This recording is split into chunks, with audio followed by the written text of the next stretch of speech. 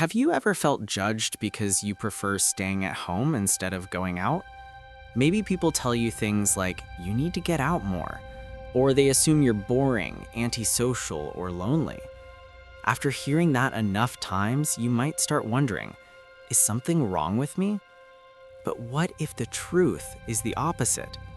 What if your desire for quiet, space, and solitude is actually a sign of emotional intelligence and self-awareness?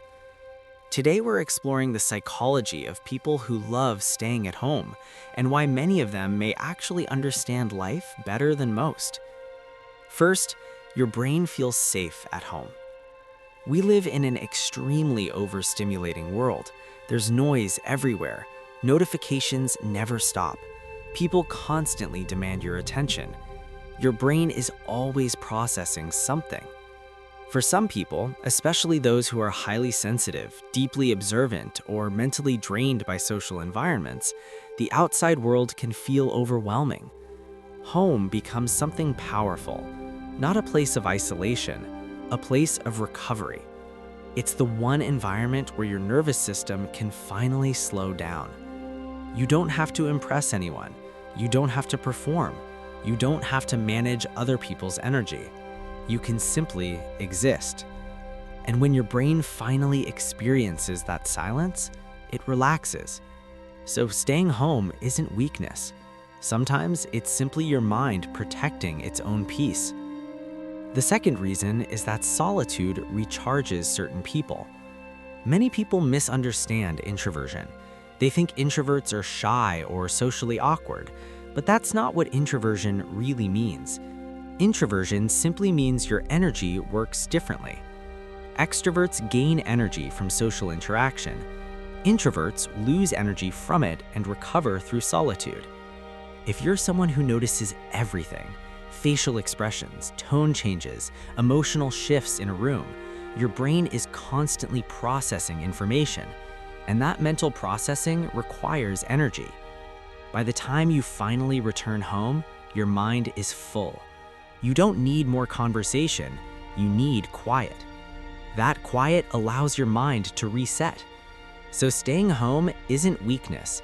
Sometimes it's simply your mind protecting its own peace. The third reason is that home represents control. For many people, home is the first place where they feel completely in charge of their environment. If you grew up around chaos, constant pressure, or unpredictable situations, personal space becomes extremely valuable. At home, everything changes. You control the environment. The music you play, the lighting in the room, the pace of your day. You decide who enters your space and who doesn't. For the first time, life feels calm and predictable, and that feeling of control creates emotional safety. It's not about shutting the world out, it's about finally having a place where you can truly be yourself. But there is an important question worth asking. Sometimes the very thing that protects you can slowly become something that limits you. So ask yourself honestly, are you staying home because it restores your energy, or because you're afraid to be seen? There is a difference between resting and hiding. Healthy solitude gives you the energy to return to the world stronger, but fear-based isolation slowly shrinks your world. The goal isn't forcing yourself to become someone you're not. The goal is balance. Protect your peace, but don't stop growing. Interestingly, many of the most creative and self-aware people spend a lot of time alone. When you stop constantly chasing social approval, something powerful happens. You gain time to think, time to reflect, time to build ideas.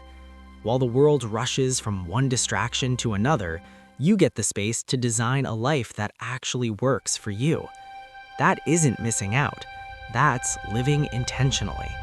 So, if you've ever felt strange for enjoying your own company, remember this: you're not broken. You're not boring.